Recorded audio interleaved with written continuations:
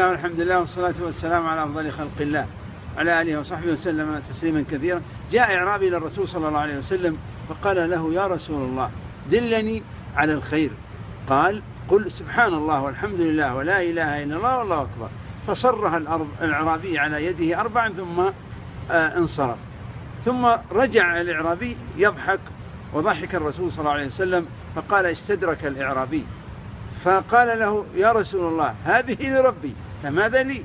قال: إنك إذا قلت سبحان الله قال الله صدقت، وإذا قلت الحمد لله قال الله صدقت، وإذا قلت لا إله إلا الله قال الله صدقت، وإذا قلت الله أكبر قال الله صدقت. ثم قل اللهم اغفر لي فيقول الله فعلت، اللهم ارحمني فيقول الله فعلت، اللهم ارزقني فيقول الله فعلت. فصرهن الإعرابي على يده 7 يضحك بهما إخواني.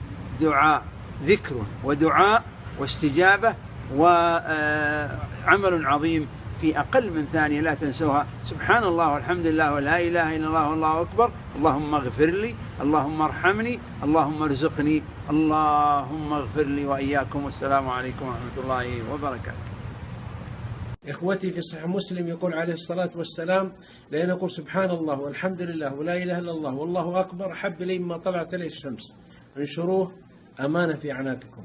بسم الله والصلاة والسلام على رسول الله. أسأل الله بمنه وكرمه وجوده، أسأل الله جل في علاه أن يسعدكم سعادة لا شقاء بعدها. أخواني الغالين، لو نبني بيت في هذه الدنيا، بيت العمر، ماذا نفعل؟ نبيع ما ورانا وما قدامنا، نبيع ما نملك من سيارات، من ذهب زوجات، كل ما نملك علشان نرتاح ونبني بيت في هذه الدنيا.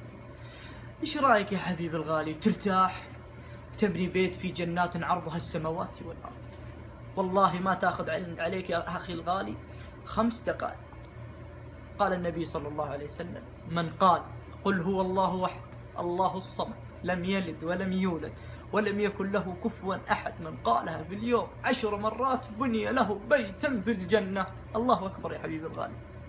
قل هو الله أحد، قولها الآن، من تسمعني الآن تقولها 10 مرات يبنى لك بيتا في الجنة. فما بالك تبني بيتا لك في الجنة وتحب لأخوك كما تحب لنفسك، وتخليهم يبنون لهم بيوتهم في الجنة، وتعاون على البر والتقوى.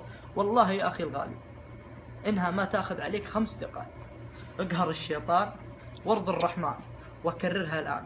أسألك بالله يا من تناظرني، أسألك بالواحد الأحد جل في علاه، فاجئ أخوانك الآن اللي على الجوالات، ارسل لهم هذا المقطع، فاجئهم، خلهم يكررون هذه الآية. أسأل الله أن يوفقكم وأن يشرح صدوركم وأن يغفر ذنوبكم وأن يجمعني